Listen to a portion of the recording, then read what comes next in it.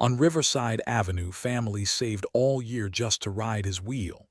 Leonard Hale wasn't just a maintenance man. He was Mr.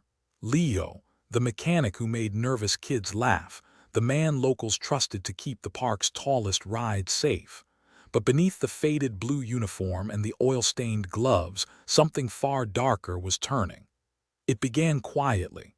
A boy collapsed on the pavement after stepping off the ride. A young couple fainted in each other's arms outside the gates. Days apart, no clear link, until the hospital beds began filling and whispers spread about one cursed seat, number 17. What no one knew was that inside Hale's workshop stood shelves of unmarked bottles, and inside his pocket a notebook listing passengers, names, times, and black marks scratched beside the sick. 11 victims in all, poisoned not by chance but by design. This is the story of a town that trusted the wrong hands, and of a Ferris wheel built for joy that became a machine of death. Welcome to Justice Uncovered. Subscribe and turn on the bell, because the ride is only beginning. Rain blurred the neon lights of the amusement park, turning colors into streaks across the wet pavement. At 10 p.m., the Ferris wheel stood frozen, its steel frame creaking under the weight of water and wind. Dozens of cars hung suspended in the air, rocking against the storm. From the ground, shouts rose into the night, pleas, prayers, curses, cut through by the wail of approaching sirens. Paramedics sprinted across the slick asphalt, shoes slapping against puddles. A voice on the loudspeaker tried to steady the chaos. Please remain calm. Rescue operations are in progress. Remain calm. The words echoed hollow against the steel, drowned by the screams of those trapped above. Flashing red and blue lights washed across the Ferris wheel's spokes, each beam reflecting off rain-slicked metal like a signal flare. At 10:23 p.m., the first rescue basket was lowered. A teenage boy clung to it, pale, lips trembling, rainwater running down his face. He repeated one phrase over and over. 17. It was 17. His voice cracked, lost in the storm. By 11 p.m., the first ambulance departed, its siren wailing through traffic. Inside, a woman in her mid-30s convulsed on the stretcher, her eyes rolling back. A paramedic shouted, pulse dropping, 40 and falling. The monitor responded with sharp, uneven beeps, the sound skipping like a broken metronome. Oxygen masks fogged as paramedics pressed down on her chest, the rain dripping from their sleeves onto the gurney. At the emergency ward, automatic doors hissed open. Nurses wheeled in patients, soaked clothes clinging to limp bodies. The floor gleamed with water dragged in by boots and wheels. Fluorescent lights flickered overhead, steady and cold. In room 3, 3 victims lay side by side, each with the same symptoms: labored breathing, sudden seizures, lips stained bluish. Talk screen pending. A doctor muttered, scanning their charts, his pen scratching notes against the clipboard. CCTV footage from the hospital corridor showed one gurney swaying as a child's body jolted violently in spasms. A nurse restrained her, pressing her down gently, whispering for calm. At 12:04 a.m., the monitor beside her cut to a flat tone, a solid scream of electronic warning. Nurses rushed in, gloves snapping, chest compressions pounding in rhythm. Epinephrine ready, one said sharply. The girl's arm dangled off the bed, fingers locked around a small stuffed rabbit, its fur damp and matted, a tag still attached from the park gift shop. In the hallway, a paramedic stumbled against the wall, muttering to his partner. They all came from the wheel, every single one. His voice was caught on bodycam, shaky under the crackle of rain still falling outside. The storm eased near 1 a.m. The Ferris wheel loomed silent, its massive circle unmoving against the night sky. Floodlights mounted by police units cast harsh shadows across the steel beams, revealing droplets that shimmered like tiny mirrors. Beneath the wheel, a cluster of officers strung police tape, the yellow strands fluttering in the wind. Camera flashes lit the scene, freezing images for the record. Paramedics crouched near tarps, shoes half submerged in puddles, faces hidden by masks. One officer's voice cut through on the police radio. Unit 14, confirm we've got an empty seat. Restraints locked, no passenger. A pause, static crackling, then another voice, grim. Copy that, seat 17, still secured, no sign of the rider. At 1:37 a.m., a recovery crew pointed their spotlight upward. There in the middle row of the wheel, a car swayed alone. The harness lay flat, buckled neatly, as if prepared for inspection. Wind pushed the empty seat back and forth, metal squeaking with each shift. A camera operator zoomed in, recording the detail for evidence. The harness was closed. The seat was vacant. Down below, silence spread among the gathered crowd. Even the emergency crews stilled for a moment, eyes raised to the suspended void.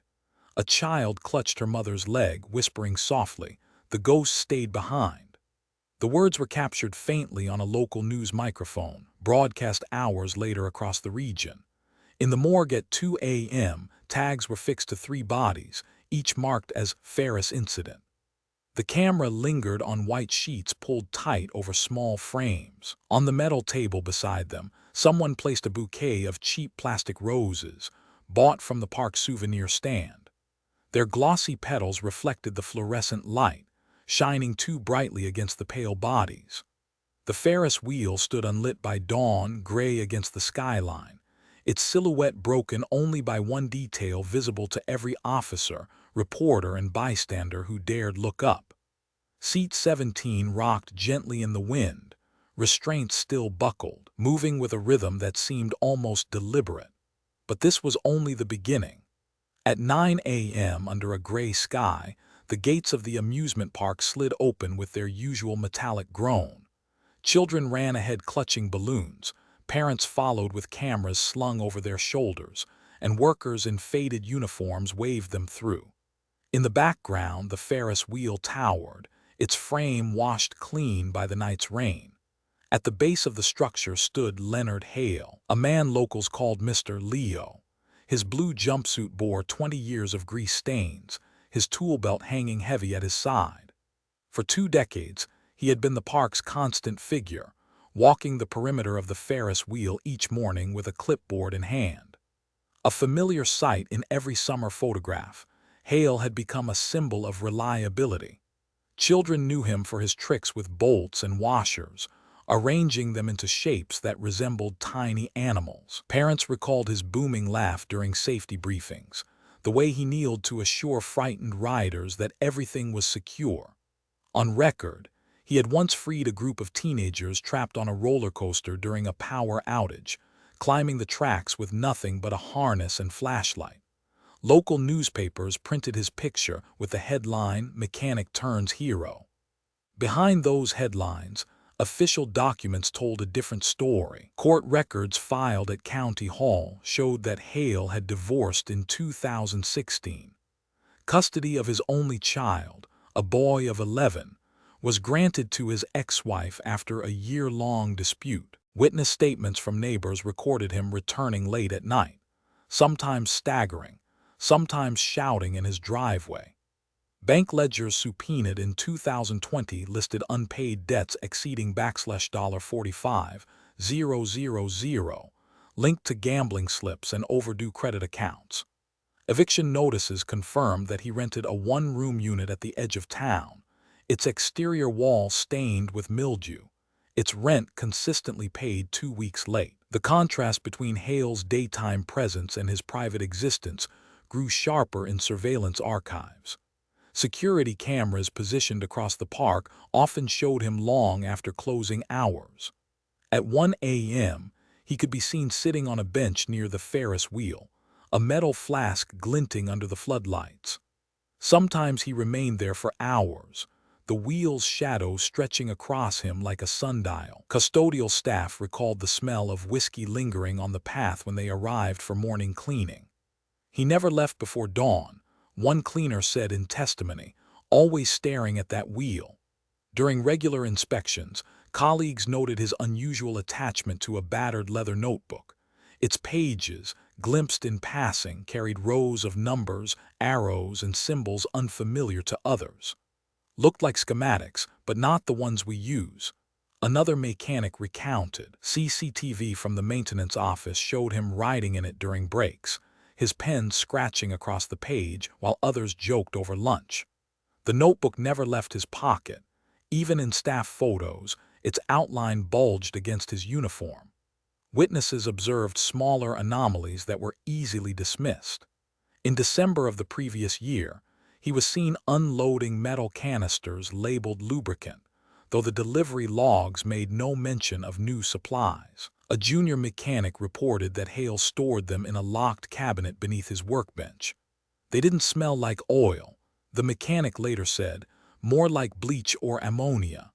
Another remembered Hale snapping at a curious ride operator who tried to borrow a wrench. "Not these tools," Hale said flatly, slamming the drawer shut. Routine park audio recordings captured his voice on intercom tests, calm and professional, reassuring the system with phrases like "all circuits green," "ride is safe." Yet in parallel, police bodycam archives from a welfare check in 2021 documented him pacing inside his apartment, bare walls lined with old ride posters, empty liquor bottles scattered across the counter. Officers described his speech as slurred but controlled, repeating that the wheel doesn't stop. On February 14 at 10 p.m., CCTV footage from Camera 6 showed Hale walking alone across the rain-slick pavement, shoulders hunched, jumpsuit drenched. He carried a small unmarked bottle in his right hand, swinging it loosely by his side. The camera followed him to the gated stairwell that led to the Ferris wheel's central hub. He paused, looked around the deserted park, then unlocked the heavy chain with a key attached to his belt. As he stepped inside, he turned and drew the gate shut behind him. At 2 a.m., the same camera picked up his silhouette again. This time, his left hand gripped the leather notebook, his right still clutching the bottle without a label. He closed the padlock on the gate and tested it twice, the metallic click echoing against the empty rides. The last frame captured his back as he disappeared into the service corridor beneath the wheel, the rain tapering to mist around him. The bottle reflected briefly in the lens, its contents dark and viscous under the floodlight. The footage ended there, leaving only the sound of wind scraping across the microphone and the image of a locked gate with no one inside. At 8 a.m. on March 3, security footage from a hardware store on Main Street recorded Leonard Hale stepping through the entrance, rainwater dripping from his jacket onto the tiled floor. He carried no list, only a folded sheet of paper tucked into his palm. The counter clerk, later interviewed by detectives, recalled Hale asking direct, pointed questions about load limits. He wanted to know exactly how much pressure a locking pin could take before snapping. The clerk said purchase records showed he bought 6 reinforced bolts, an industrial-grade tension cable, and a set of clamps not standard for amusement rides. The receipt timestamped 8:17 a.m. confirmed the transaction. Surveillance captured him leaving with the items in a brown paper bag, his face unreadable beneath the fluorescent lights. 2 weeks later, on March 19, delivery logs at the amusement park documented an unusual shipment signed under Hale's name. 3 large cardboard boxes, each stamped lubricant corrosion resistant, were unloaded at the maintenance gate by a contracted courier. The driver, in later testimony, described a chemical sting that filled his nose as he set the boxes down. "Didn't smell like oil," he told investigators, "more like bleach, like something you'd use to clean drains." He added that Hale insisted on moving the boxes himself, wheeling them across the asphalt with a dolly, declining help from other staff. The CCTV camera at Gate 4 recorded Hale pausing, adjusting his grip as if the boxes were heavier than oil drums should have been, then disappearing into the maintenance corridor beneath the Ferris wheel. By early April, colleagues began to notice small irregularities. A junior mechanic, 23 years old, recounted an incident during an inspection. "I tried to sit in one of the seats just to test the locking harness," he said. "He snapped at me, loud, said that was a test seat, no one touches it." His voice was so sharp it made me back off. Internal work reports logged Hale's inspection rounds but made no mention of a designated test seat. The detail only surfaced weeks later when the mechanic described it to investigators, his statement underscoring a growing pattern of secrecy. Guests at the park reported subtle but unsettling sensations. On April 14 at 6 p.m., a young couple filed a complaint at the information desk. Their written statement noted a sharp, acrid smell that drifted through their cabin when the Ferris wheel stalled near the top. They described it as burnt plastic or chemicals, adding that the odor lingered on their clothes long after the ride ended. The report was forwarded to maintenance but filed under minor guest feedback, no immediate action required. No staff followed up. Inside the maintenance office, evidence later photographed by forensic teams revealed the first visual foreshadowing. Beneath a large poster reading, "Fun is safe," stood a shelf cluttered with standard repair supplies: grease tins, spanners, small cans of paint. On the bottom shelf, half obscured by a rag, rested a single unmarked bottle of thick black liquid. Its cap was crusted, the glass smudged with fingerprints. In police photographs, the bottle's placement directly beneath the cheerful poster seemed staged by coincidence, yet the image became central in trial exhibits, a visual contradiction of trust turned to menace. Between May and June, Hale's notebook began to feature more heavily in CCTV records. In camera 12, mounted inside the workshop, he was observed writing for extended periods during his shifts. The footage, magnified by investigators, captured distinct movements, his left hand anchoring the page, his right hand sketching in sharp lines. On June 2 at 9:45 p.m. he leaned over the workbench, pen moving with controlled precision. The camera's zoom revealed two phrases scribbled across a page: control by seat, sequence by order. The handwriting matched samples recovered from his apartment. Audio logs confirmed he often worked alone at night. In recordings made during a maintenance radio check on June 7, faint background sounds carried through the open mic: a cap twisting, liquid sloshing inside a container, a metallic clink of tools against steel. Colleagues monitoring the channel assumed it was routine repair work. All stable, Ferris operational, Hale's voice reported, calm and steady. The preparation continued unnoticed, spread across weeks, and documented only in fragments. Surveillance caught him dragging hoses to flush sections of the wheel, though maintenance schedules showed no orders for cleaning. Staff observed new bolts gleaming against the older, rusted framework. When asked casually, he replied, "Upgrades, making it better." His words, noted later in witness statements, were delivered flat without elaboration. By midsummer, patterns converged. Purchase receipts listed repeated orders for non-standard lubricants, their labels generic, their origins vague.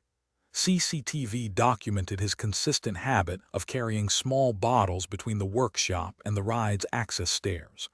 Guests intermittently complained of odd smells and strange vibrations when the wheel stopped mid-rotation.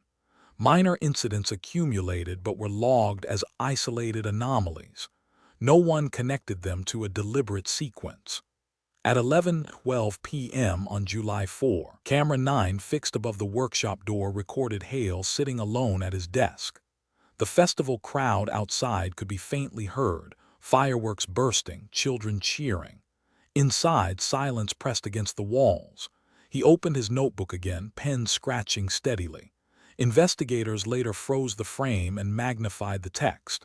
His hand moved across the page, inscribing the same words in darker ink: control by seat, sequence by order. He underlined the final word twice. The recording ended with the image of him closing the notebook, placing it carefully back into his breast pocket, then turning off the lamp. The workshop fell dark, leaving only the outline of the black bottle glinting under the faint glow of an emergency exit sign. On July 12 at 3 p.m., hospital records logged the admission of a 7-year-old boy, transported from the amusement park by paramedics after collapsing on the pavement. Witness statements described him convulsing as his parents screamed for help, his small body stiffening in their arms. Emergency room monitors recorded his pulse fluctuating wildly before stabilizing under heavy sedation. The attending physician, Dr. Carver, filed the initial diagnosis as a congenital heart defect aggravated by stress. The boy was discharged 2 days later with a recommendation for cardiac testing. Exactly 7 days later, on July 19 at 8 p.m., security footage from the amusement park's exit plaza captured a young couple staggering only minutes after stepping off the Ferris wheel. The man collapsed against a railing. The woman fell flat onto the concrete. Bystanders surrounded them as an employee radioed for medical assistance. In the ambulance, paramedics noted both victims were conscious but disoriented, their pupils dilated, their speech slurred. At the hospital, charts indicated low oxygen saturation and muscular tremors. Both were treated with oxygen and Roman 4 fluids and discharged after 24 hours with inconclusive results. Over the next 2 weeks, cases began to stack. Between July 20 and August 2, 5 more individuals were admitted to county hospitals with similar symptoms: seizures, respiratory distress, sudden fainting. Their ages range from 9 to 62. In 3 of the cases, relatives reported the victims had visited the amusement park earlier that day. Statements from medical staff grew increasingly repetitive. Unclear cause. No pre-existing conditions. Symptoms consistent with exposure to unknown toxin. Hospital logs compiled during the first month of incidents totaled 11 patients admitted under near-identical circumstances. The official timeline built by investigators later showed a steady escalation: 2 victims in week 1, 3 in week 2, 6 in week 4. Each chart contained variations in severity but the same underlying abnormalities: nerve disruption, uncontrolled spasms, and oxygen deprivation. Toxicology screenings sent to the state lab came back negative for common substances. During one ER shift, an on-call doctor was recorded muttering to a nurse, "It's like they're breathing something invisible." His words, captured by body-worn hospital cameras, reflected the growing unease among staff. By August 10, the hospital director issued an internal memo: "Cluster of unexplained neurological cases. Possible environmental link. Recommend cross-check patient histories." The memo, later entered into evidence, marked the first official recognition of a pattern. A junior physician named Dr. Amanda Ruiz began collecting the files herself. At 2 a.m. on August 12, security cameras inside the records room caught her spreading 11 folders across a table. She marked the pages with a yellow highlighter, circling times, locations, and the last activities reported before collapse.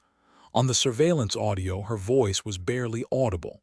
"All Ferris, 17, 18. She tapped the words twice against the desk. When she presented her findings at the morning briefing, colleagues listened in silence. Each victim had ridden the Ferris wheel within hours of their collapse. 6 had been seated in cabin 17, 3 in cabin 18, and 2 in adjacent seats. The detail was documented in her official report, which noted, "Common denominator, specific seating cluster. Exposure may be contact-based or airborne localized." The report was faxed to the Department of Public Health at 10:45 a.m. Parallel to the medical investigation, amusement park logs showed only minor incident reports filed by guests. One family described their son feeling nauseous after riding. Another noted an acrid chemical odor inside the gondola. Park management dismissed these as isolated complaints, recorded in a binder stored in the operations office. "Guests exaggerate," one supervisor said, his comment later quoted by detectives. On August 15 at 6 p.m., the Ferris wheel stalled mid-rotation during peak hours. Cell phone videos recorded by visitors showed panicked riders waving for help. Rescue crews evacuated passengers after 20 minutes. In several clips, seat 17 dangled conspicuously empty, its restraints buckled, rocking slowly in the wind. Online speculation mounted that the seat was haunted or cursed. Within hours, social media posts tagged it the death chair. The clinical reality unfolded away from the cameras. Victims arriving at hospitals displayed consistent biomarker traces, low doses of an unclassified neurotoxin. Lab notes described it as synthetic, faint organophosphate characteristics, unstable under heat. The findings were logged but inconclusive. No known industrial lubricant matched the sample. Investigators began comparing hospital admissions against park operating schedules. Cross-reference timelines revealed Hale's shifts overlapped with every incident. Maintenance records placed him on duty each day victims rode the wheel. Still, no one suspected deliberate interference. "He's the safety guy," one ride operator stated in her interview. "If anything went wrong, Leo was there first." Security footage reviewed weeks later revealed the first clear link. In multiple videos between July and August, the Ferris wheel was observed stopping abruptly near the midpoint of its rotation. In each clip, as passengers waited, Hale emerged at the base of the structure. He adjusted a tool belt, lingered beneath seat 17, then disappeared into the maintenance hatch. Passengers above clutched their phones, recording the pause as nothing more than an inconvenience. The frames were compiled by detectives only after the 11th hospital admission. Each clip ended the same way. The wheel resumed motion, the cabins descended, and the ride continued. But in the still images extracted from the footage, the common denominator was evident. Every time the ride stalled, Hale stood directly beneath seat 17 or 18. His presence marked the silent unraveling of events that had already begun to spread beyond the gates. The chapter of suspicion closed with one haunting image captured at 7:42 p.m. on August 22. Rain fell across the camera lens as the Ferris wheel slowed to a stop. Dozens of passengers shouted from above. Hale appeared in frame, his shoulders hunched, the leather notebook pressed against his chest. He glanced up once, directly into the lens, then continued toward the base of the cabins. The spotlight mounted to the frame illuminated seat 17 swaying just above his head, its harness locked tight. The freeze frame showed the mechanic in perfect alignment with the cabin, his figure small against the steel giant, the seat hanging like a pendulum above him. That image became the final piece in the timeline, the silent connection between the victims' bodies in hospital beds and the rides they once believed were safe. By 8 a.m. the next morning, satellite trucks lined the street outside the park, masts raised into the gray sky. Reporters spoke into cameras with the Ferris wheel looming behind them, rain beads still clinging to its steel. On local broadcasts and live streams, a name took hold by repetition alone. "Ferris wheel curse," an anchor said, his voice tight in the IFB recordings. In the same segment, the chyron scrolled rising hospital admissions and a photo of an empty gondola. Parents gathered by the entrance, some clutching umbrellas, some filming, all waiting for an announcement that never came. At 9 a.m., turnstiles clicked and the park opened on schedule. Inside, the sounds of a normal day tried to bury the unease. Pop music piped from speakers. The smell of fried dough drifted past concession stands. Children tugged at sleeves.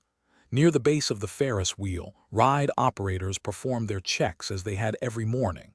Security footage from 9:18 a.m. recorded a supervisor wiping a dark smear from the right side shoulder harness of seat 17 with a solvent-soaked cloth.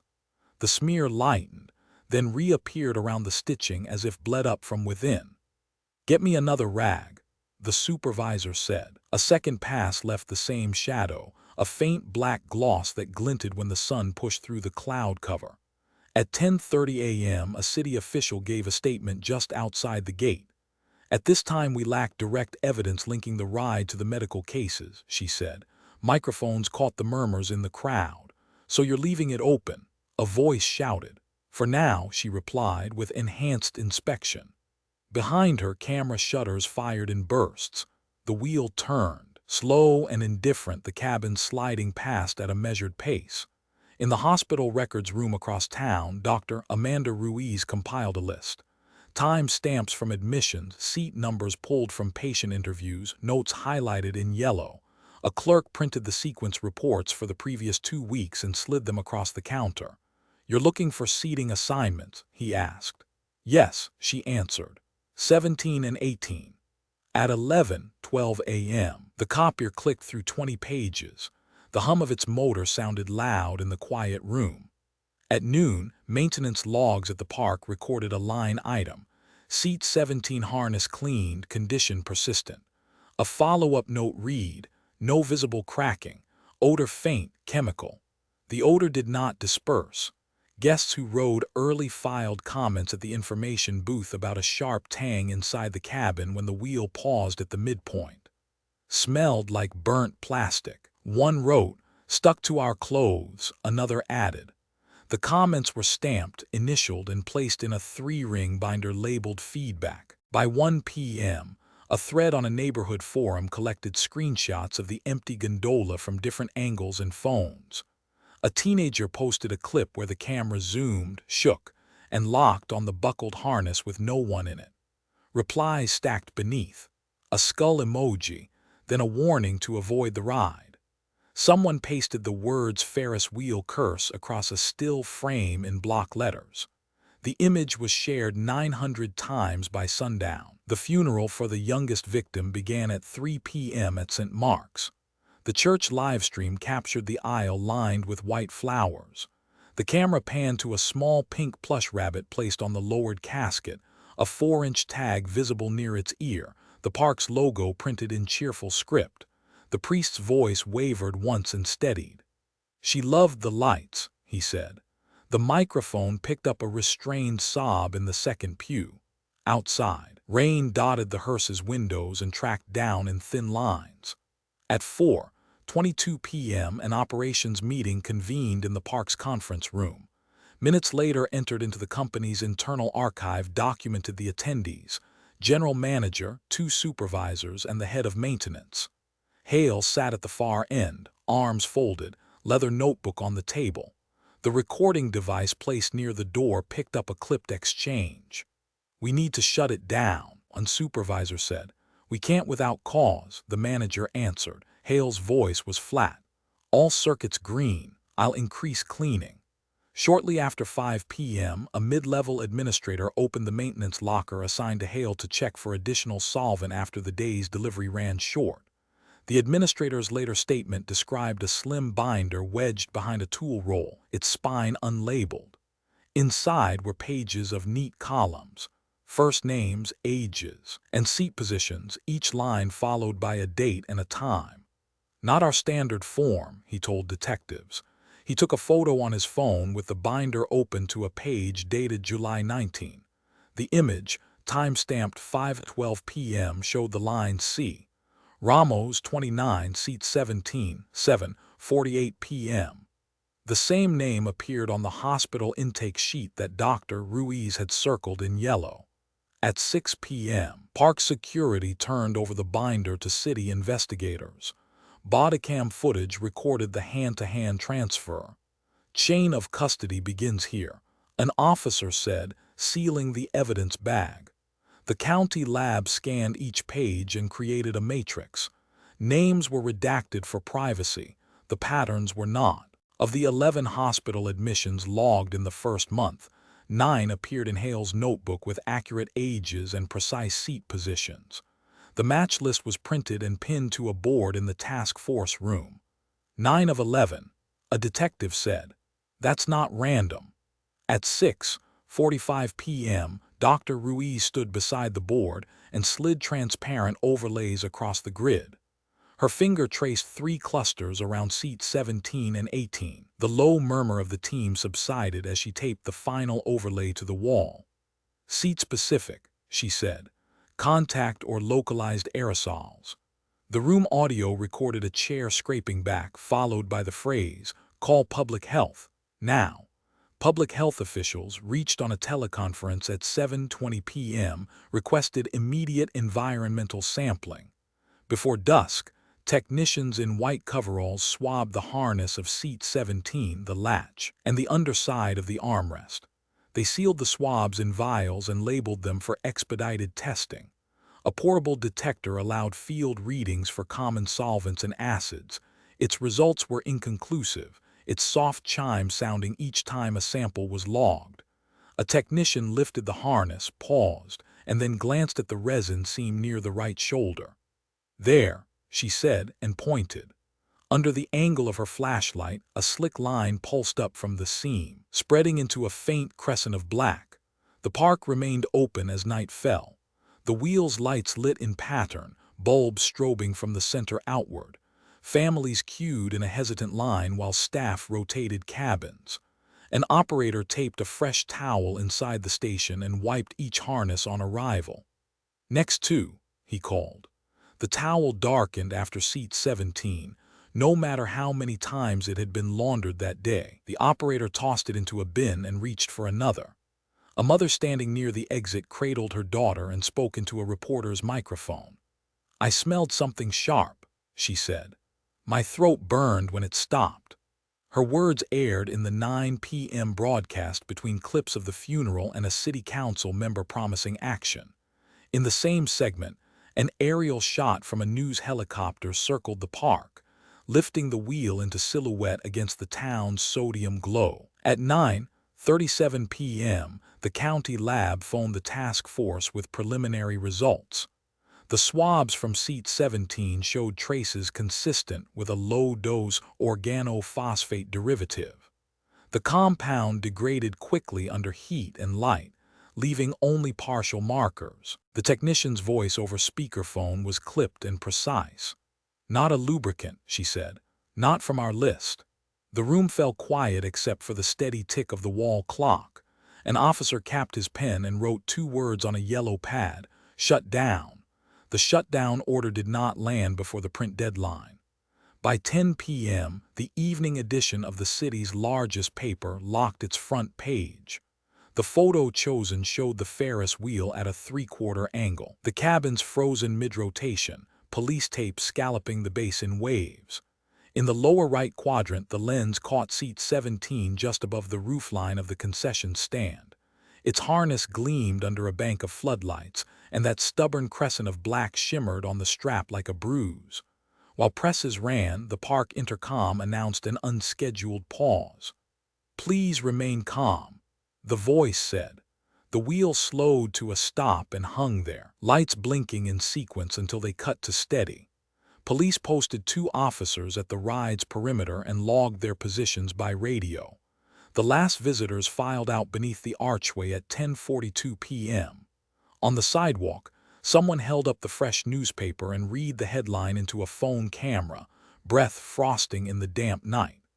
"Machine of Death," the banner said in thick ink, the words printed over the ride that had for years defined the skyline. Just before 11 p.m., a drone launched by a freelance videographer drifted up from the parking lot and hovered beside the cabins. Its camera locked briefly on the dark seam of seat 17, then panned down to the service hatch, where a heavy chain lay coiled against the grate. The drone turned once, capturing the wheel and the crowd below, then angled toward the maintenance corridor. In the frame's lower corner, a figure in a blue jumpsuit crossed the floodlit concrete with a small bottle in his hand. The drone's battery warning flashed red, and the feed cut to black. On September 2 at 7 a.m., a covert surveillance operation began inside the amusement park. Detectives from the county task force installed a pinhole camera in the maintenance office, its lens disguised behind the grill of an air vent. Another unit was placed inside the service stairwell, angled toward the underside of the Ferris wheel's rotation hub. Audio recorders were wired into the office intercom system, transmitting to a van stationed outside the park fence. Officers logged the beginning of continuous monitoring at 7:12 a.m. By noon, the first usable footage arrived on the feed. Leonard Hale entered the office carrying his leather notebook under one arm and a toolbox in the other.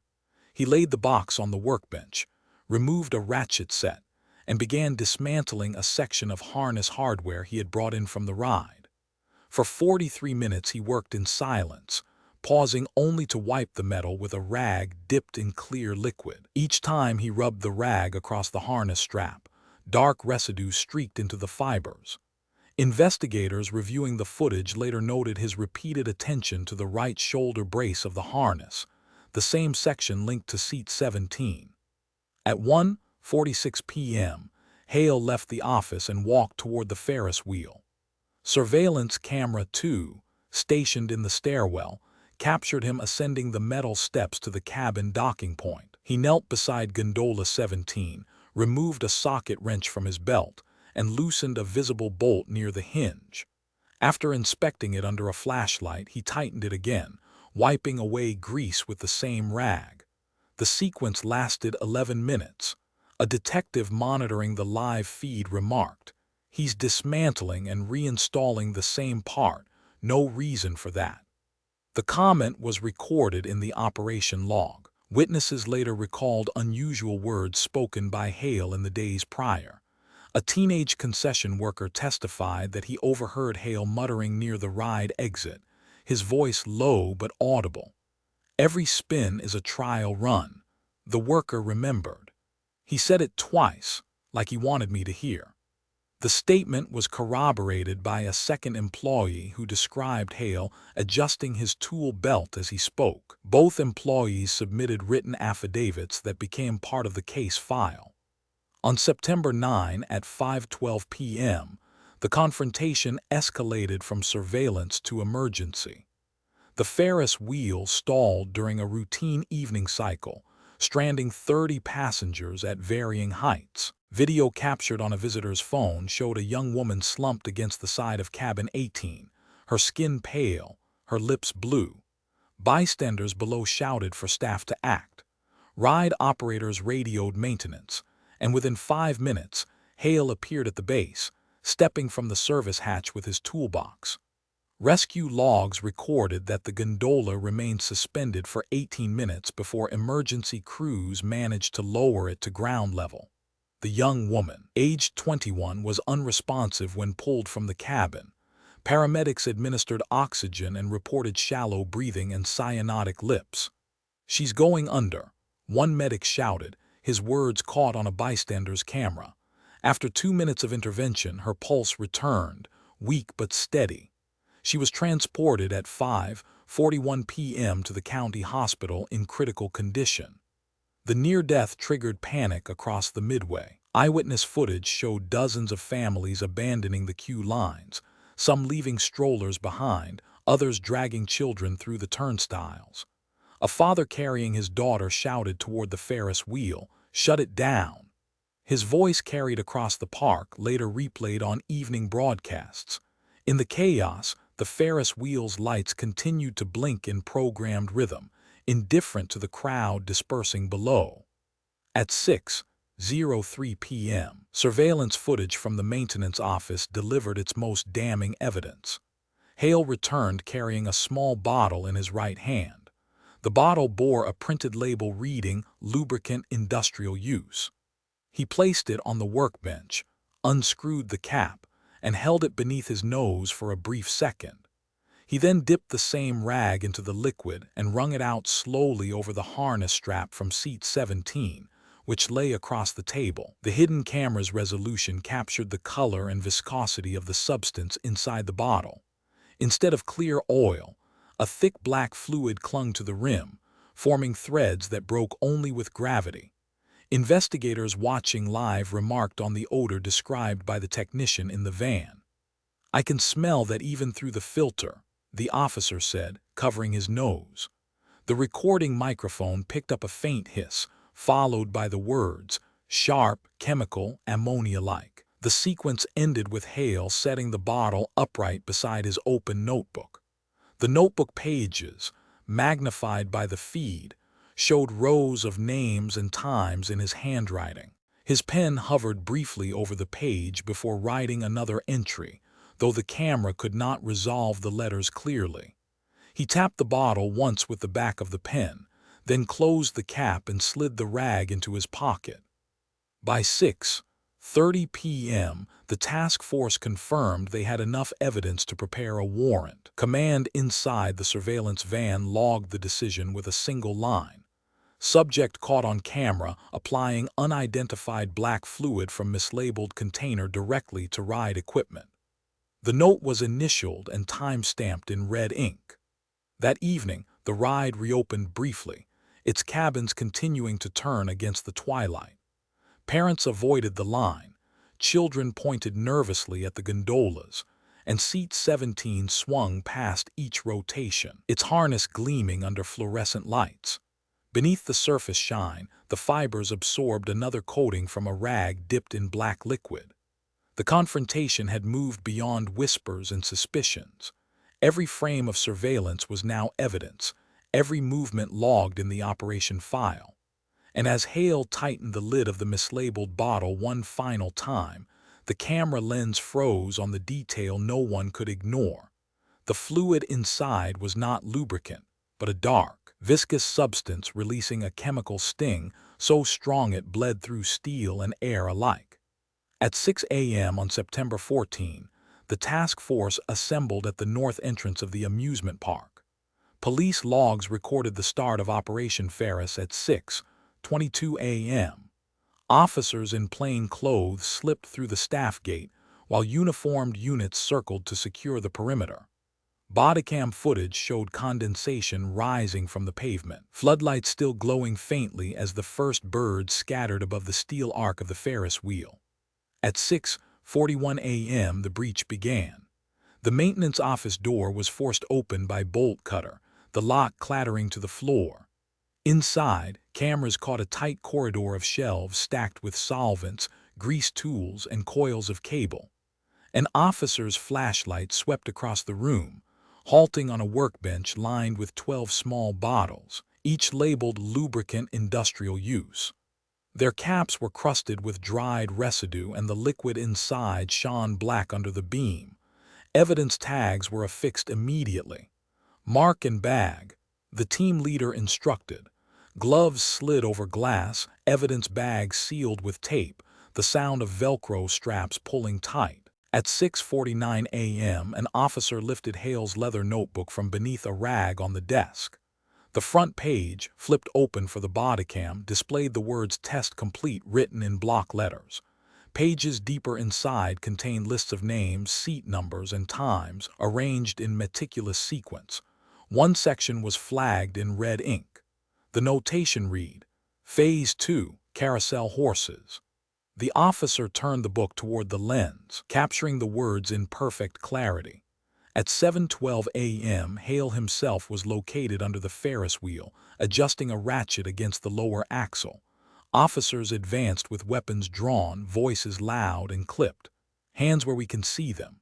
Hale froze, then placed the ratchet on the concrete. He did not resist as his wrists were bound in flex cuffs. The arrest log noted his single spoken phrase, "Not finished." The words were caught on 3 separate bodycams, his voice flat, audible over the mechanical creak of the idle ride. The evidence sweep continued through the morning. By 9 a.m., technicians cataloged 47 bottles of the same unmarked fluid, concealed across lockers, toolboxes, and beneath a stack of old uniforms. Gas chromatograph readings taken on-site confirmed the presence of organophosphate compounds. Forensic notes described synthetic nerve agent properties, consistent with low-dose exposure causing respiratory paralysis. Samples were secured in refrigerated containers and rushed to the state lab for full analysis. At 10 a.m., the park remained closed to the public, though crowds gathered outside the main gate. News helicopters circled overhead, their cameras zooming in on officers carrying crates of evidence. Shouts rose from behind barricades. What did he do? Is it poison? How many more? The questions blended into a single wave of noise. At 11:24 a.m., Hale was escorted across the midway in restraints. Cameras from every angle caught his figure under the steel shadow of the Ferris wheel, jumpsuit stained with oil, wrists fixed behind his back. Reporters shouted his name, their voices cracking through the air. He did not answer. The only sound was the shuffle of boots on pavement and the metallic clink of cuffs against his belt. At 12 p.m., the task force briefing began inside the command van. Forensic specialists displayed early lab reports confirming that the seized liquid was engineered with properties of organophosphates. The compound matched trace residues collected from seat 17 during prior swabs. Mode of exposure, dermal and inhalation, the lead chemist explained. Cumulative effect, each ride increases dosage. The briefing concluded with the words, "This was deliberate application." The transcript entered into official record left no room for ambiguity. At 1:33 p.m., county officials authorized dismantling of the compromised seat. Engineers in protective gear ascended the wheel with harnesses and crowbars. Television crews broadcast the process live. Wrenches echoed against steel. Sparks briefly flickered as bolts were cut free. Slowly, seat 17 was lowered on a pulley system to the ground, its silhouette framed against the flashing bulbs of cameras. A white tarp was drawn across the gondola before it touched the pavement.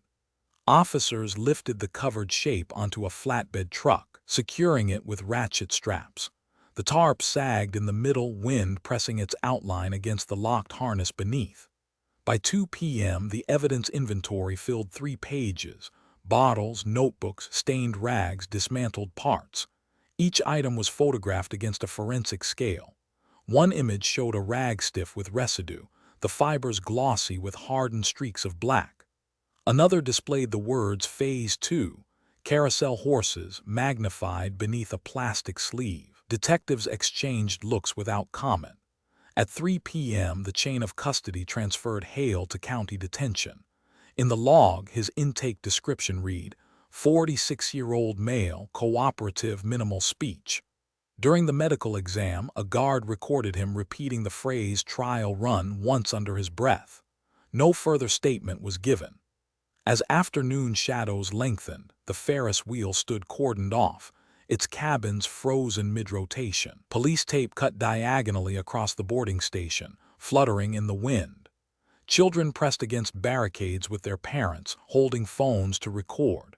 Through gaps in the tape, the wheel loomed, its empty cavity where seat 17 had been glaring like a missing tooth. At 4:15 p.m., the county press office released a statement to assembled media. The spokesperson stood with the Ferris wheel in the background, its silhouette stark against the late sun. Forensic analysis confirms toxic compounds consistent with nerve agents were applied to this ride, she said.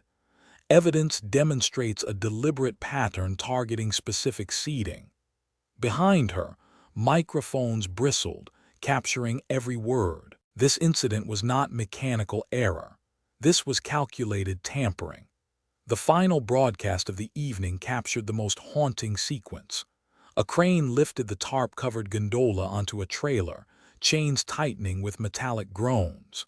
Camera lenses zoomed in as the truck pulled away from the park, its escort of police cruisers flashing red and blue. Beneath the tarp, the outline of the harness protruded like a skeletal arm, frozen in position. Commentators spoke over the feed, their words drowned by the sound of chains rattling in the wind. The day closed with a single image that ran on front pages across the state. A white tarp draped over the shape of a Ferris wheel seat, strapped to a flatbed, leaving behind the park it once defined. The headline printed above it reads simply, "Exposure." Underneath, the caption noted what investigators had already determined. The Ferris wheel was only the beginning. Phase 2 was written in the notebook, waiting in black ink. The carousel horses. On October 7 at 6 a.m., demolition crews arrived at the amusement park under contract from the city. Security footage documented heavy equipment rolling through the front gate, chains rattling against steel arms, the ground trembling as the first machines were positioned beneath the Ferris wheel. By 8 a.m., workers began unbolting the cabins one by one. Each gondola was lowered by crane, its metal frame clanging as it met the pavement. Officers stood at the perimeter, logging every removal for the record. At 12 p.m., seat 17 absence was noted as permanent. The wheel's skeletal rim spun freely in the wind, an empty gap breaking its perfect circle. Local broadcasts aired the dismantling live. Commentators spoke over the grinding of machinery, their voices solemn. The ride once symbolized summer nights, one reporter said. Now it marks the end of this park's history. The sound of metal tearing echoed across the midway. Crowds gathered beyond the barricades, filming with phones as the structure that had defined their skyline for 40 years came down piece by piece. At 6:42 p.m., the final beam was lowered, sparks scattering from a welder's torch as the wheel collapsed into sections. Floodlights illuminated the vacant ground where it had stood, the soil scarred and muddy. On October 15, residents erected a memorial at the site. Police drones flying overhead recorded clusters of people carrying stuffed animals and plastic flowers, leaving them in neat rows across the fenced earth. A teddy bear with a missing eye leaned against a cross made of plywood. A pink rabbit, nearly identical to the one filmed in the child's hospital bed, sat damp from rain, its ears sagging. At 7 p.m., candles were lit in glass jars, their flames flickering against the chain-link barrier, a sign handwritten in marker read, "For those who rode." Footage from downtown shops confirmed a shift in local behavior. Maintenance uniforms, once worn with pride, were met with avoidance. Parents pulled children away from carnival rides set up during the autumn fair. Interviews aired on regional news showed guardians repeating the same phrase. "We don't trust the rides anymore." Attendance records at traveling amusements plummeted by 40%. Insurance reports logged cancellations from multiple school trips, citing Ferris incident as the reason. The city council ordered the storage of all seized materials in a controlled warehouse. On November 2 at 9 a.m., investigators wheeled seat 17 into Bay 4 of the county evidence depot. Surveillance cameras tracked its arrival. A tarp covered the gondola, but the outline of the harness pressed through the fabric. Dust collected quickly on the covering. By December, no officer had touched it except to log its presence during monthly audits. Inside the warehouse, row after row of shelves held the remnants, bottles sealed in plastic, notebooks frozen in evidence bags, harness straps marked with black stains. Technicians wore gloves even when passing by. The silence of the bay was broken only by the hum of overhead lights. Community rituals continued outside. At St. Mark's on November 10, another service was held for victims. The camera panned to the altar where children placed carnival toys before bowing their heads. A parent's voice shook as she addressed the gathering. "The rides are gone. The fear remains." Her words echoed under the high rafters, recorded by local press. Forensic reports finalized on November 18 confirmed the compound structure. The black fluid was classified as a custom derivative of organophosphate, designed for slow dermal absorption. Dosage levels across seats 17 and 18 showed clear concentration gradients, highest along the shoulder restraints. The official report was stamped, confirmed deliberate application. Copies were distributed to federal archives, sealed with case number 5211. By December 3, grass had begun to reclaim the muddy imprint where the Ferris wheel once stood. Children pressed their faces against the chain-link fence, staring at the flat earth as parents pulled them away. A new sign was fixed to the barrier in reflective paint. "Site closed, unsafe." It gleamed in headlights after dark, a warning against trespass. On January 8 at 4 p.m., a county drone performed an interior sweep of the warehouse. Its lens panned slowly across the storage bay before focusing on the corner where seat 17 stood. The tarp had slipped partially from the frame, exposing the dull metal armrest beneath. Dust coated the harness in a gray film. The buckle remained latched. The restraint bar was locked in place as if still awaiting a passenger. The final audit of the year, filed at 5:22 p.m., noted the gondola's condition. Seat 17 intact, covered in dust, Harness secured, safety bar closed, no tampering observed. The line appeared in the ledger without emphasis. The accompanying photo told more. A single seat abandoned in a cavernous room, its straps bound tight, its outline softened by neglect. The Ferris wheel that had once been a monument to joy was erased from the skyline, its memory reduced to tarps, files, and evidence bags. The memorials continued, the stuffed animals dampened by weather, the flowers plastic and unchanging. Yet the most haunting image remained hidden from the public eye. Inside the warehouse, seat 17 stood silent, its belt still buckled, its dust-coated frame never opened again.